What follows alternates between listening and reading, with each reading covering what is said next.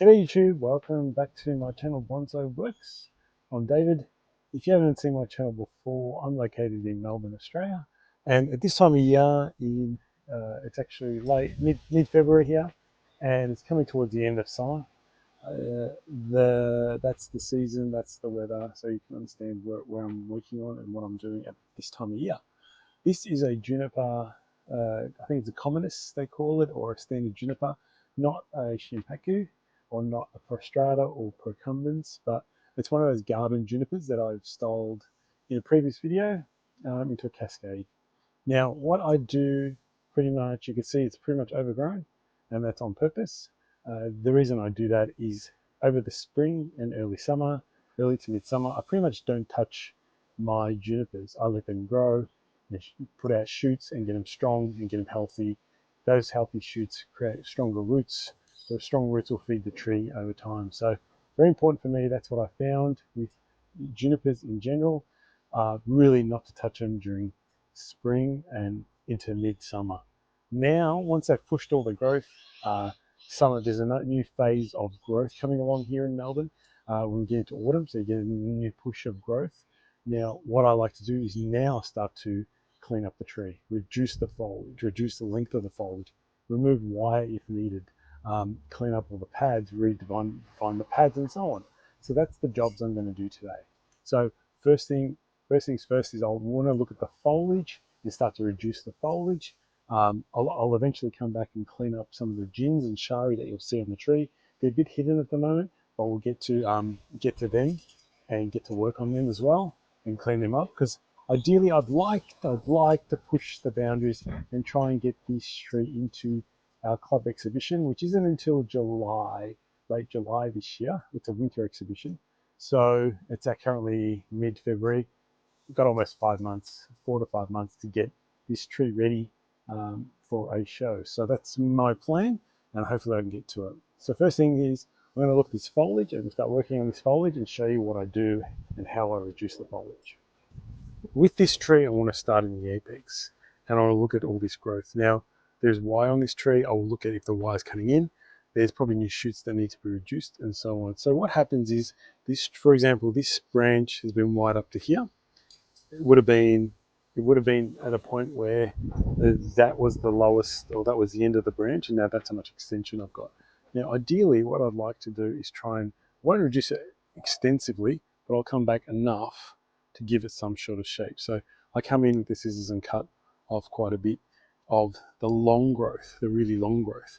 I try and keep the side branches and the smaller growth as much as I can. I'll probably reduce that a lot, because what happens is, you see how there's underneath growth? I'll always get rid of underneath growth. Okay? And I'll probably just leave that there for now. A bit too much foliage, but we'll get to that.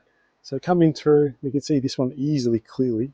You can see how long that extension is, and there's foliage below that. So I will remove that automatically. So we're going to use all the foliage beneath that to create the pads. So I'll just go through the whole tree and do the same process. This is all done as a job for this year, or for this growing season. So it's allowed the roots to regenerate, the tree is healthy, and I'm just going to go slowly through it and prune back everything that's really extensively long, because I want the smaller foliage to create all my pads with. And that's the process I'm doing right now.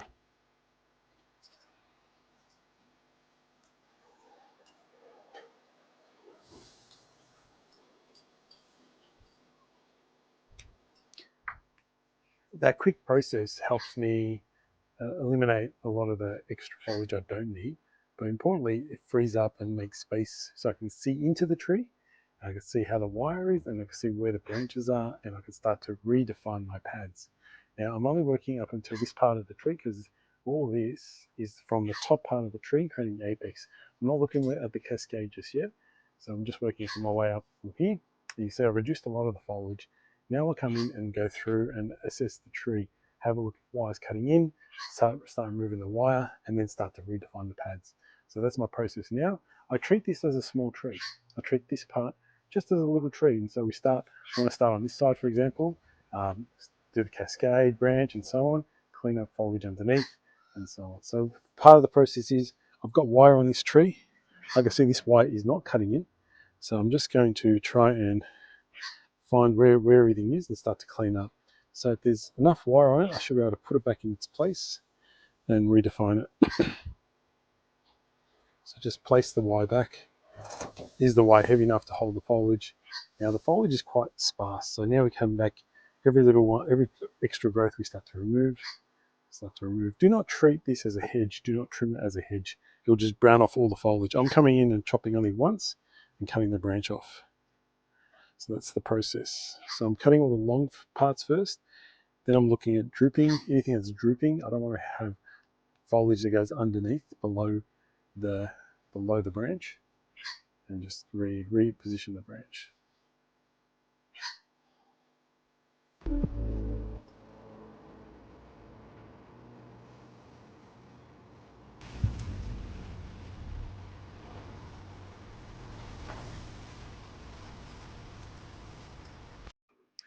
Now you notice the wire cutting in some of these branches, especially towards the top.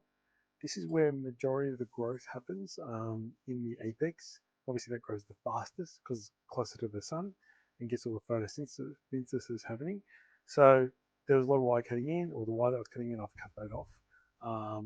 And just continue to finish off this part of the tree. Still looks a little messy, of course, because this is a very sparse foliage. It's not like Shinpaku, but I've got it all the way pretty much cleaned up until this branch down here. So you can actually kind of see now the nice shape. I mean, this tree in itself is quite pretty if you leave it as it is. The best thing is that by cleaning it up and spacing things back out, I'm plucking underneath anything that's going down, you start to see the gins again, the shari and the gins, and there's a bit of a gin in there. So, you start to see that, which is important. Before it was kind of hidden, you couldn't even see it before. So I'll clean these up at the end, get them polished up, just water, get all the moss and dirt off, and continue. Now I'm going to work my way down the cascade branch. Just the same process as before, try and styling the tree as I go. So with the cascade branch, because it's quite messy and long, I actually had it styled as a bit of an apex and then branches all the way around. So in a way, very similar to almost a two tree look. If you didn't have that apex in a tree, you'd have a small tree here with an apex head and sub branches and so on. So the same process as the rest of the tree, I will start to eliminate the long growth and trim that all off and try and get back to some sort of resemblance of a nice tree, and then be able to see inside and look for the wire and the branching.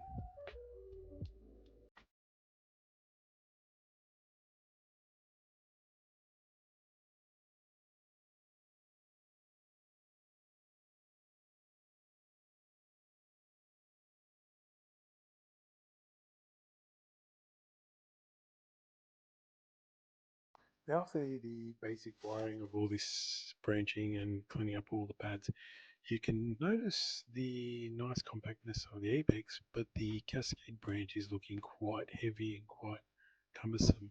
I'm needing to have a closer look to start to eliminate branches that I don't think are needed and try and move branches around.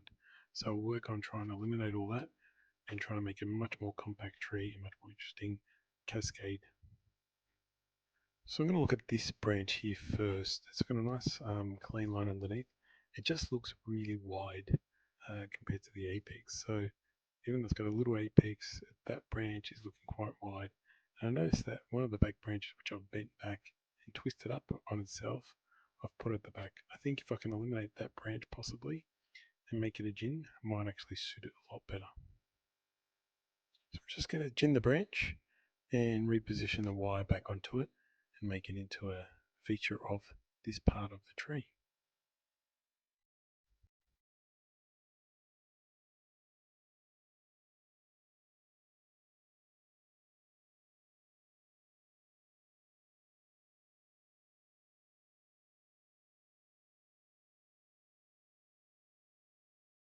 I've put the wire and the branch back in place, the deadwood gin, and it's thinned out a lot of this area, this branch and apex, which now I'm much happy with, and I can continue my work. Now I've also been able to look at this branch and think it's actually too wide and too long, so I'm going to actually start to reduce that and bring it back in as well.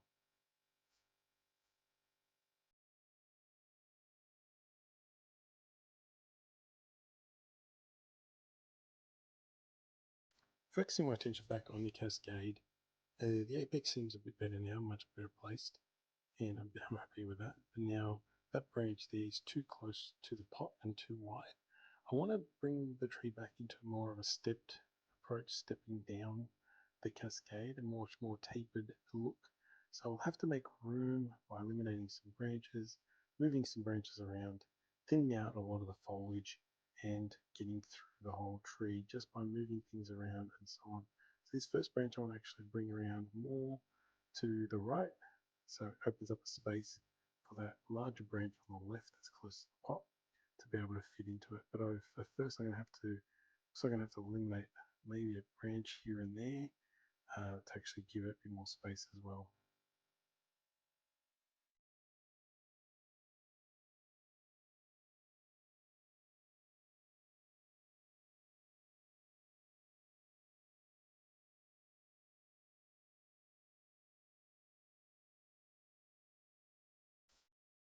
There's also quite a lot of branching at the back that's too heavy and too long.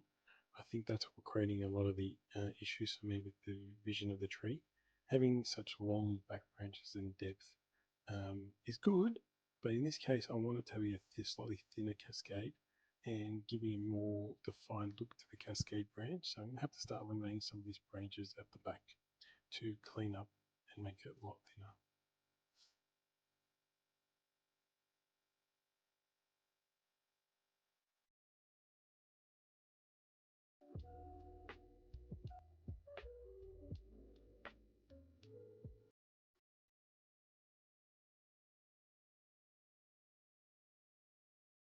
Now I'm going to turn my attention to this branch now that there's a bit of a big gap between the high branches and that twisted up branch. First I'm going to try and make space for it and eliminate things that I don't need. I'm going to bend some branches around just to give it a bit of room, see if I can pull it in back in amongst itself. So let me have a go at doing that. I've identified this back branch. It's quite heavy, quite cumbersome, and it's not adding much value to the tree. So I'm going to actually go ahead and gin this one off and leave a gin there. It's actually quite a thick branch, so I'm going to do that now.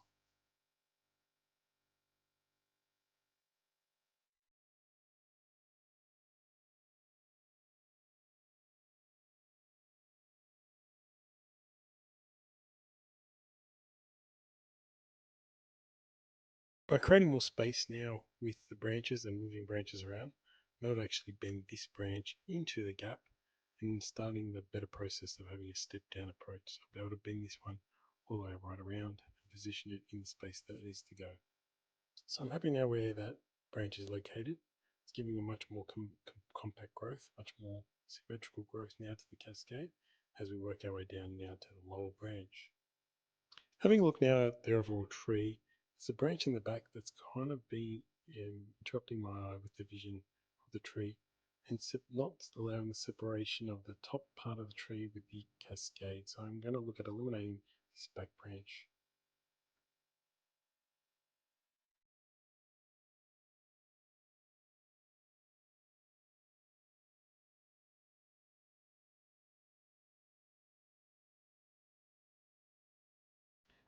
The final touches are just to clean up the dead wood. I just use a toothbrush and water to clean the moss and the lichen from the dead wood. Here's what the tree ended up looking like and final vision. You can see now two kind of defined trees in one.